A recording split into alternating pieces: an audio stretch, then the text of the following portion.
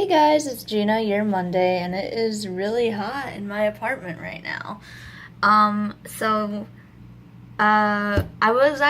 wanted to make a video about the topic of how do you know if you're too old to listen to pop punk music and stuff.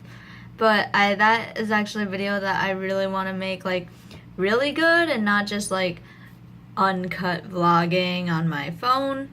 So hopefully I'll be able to do that in the future soon, because it's just for me right now. I don't have a proper editing software either. So if I'm gonna make a video talking about that, I want it to be really good quality.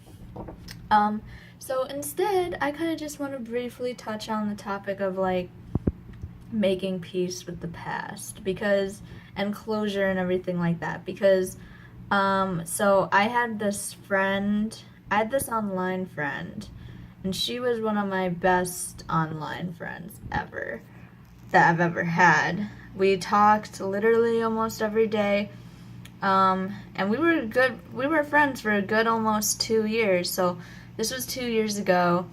And then one day, she was kind of just I will admit that during that time, we were kind of growing apart a little bit, just because I was getting busy. I believe it was the beginning of my senior year of high school. So as you know, if you've ever been a senior in high school or graduated high school, you know that senior year is really busy, but also consists of slacking and just not caring anymore, especially once you actually get accepted into college.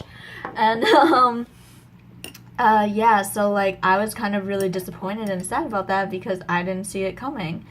And I really considered her as one of my best friends, even though we hadn't met in real life. So all my other friends are all my other friends are felt really sorry for me because I don't think I deserved it. I didn't do anything wrong. So yeah, eventually you kind of just move on, as you do for any ending friendship or relationship or whatever.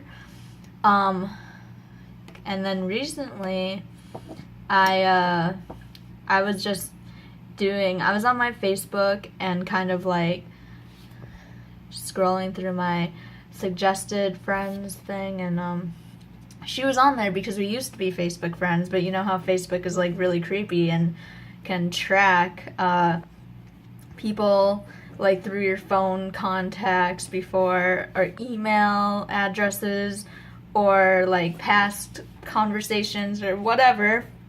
Facebook suggests certain people that you're oh, it's that person, even though I've never talked to them or haven't talked to them in years.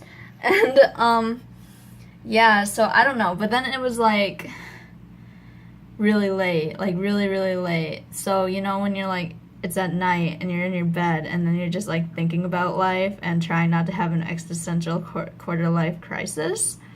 And yeah, so you know how you tend to make rash decisions, or you think all these things at night, that's all you do.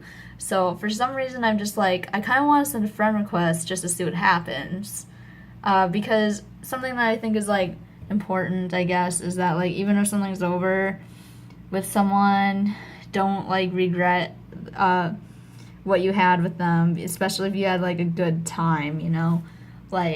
Just, it sounds really lame and cliche, but you know, don't be sad because it's over, be happy because it happened type of thing, smile because it happened. Yeah, so if you make, I don't know, even if you don't talk to someone anymore, but they did make an impact in your life in some way, change you, who you are as a person in a good way, I do think that it's you should still really be thankful, even if you did have some type of falling out.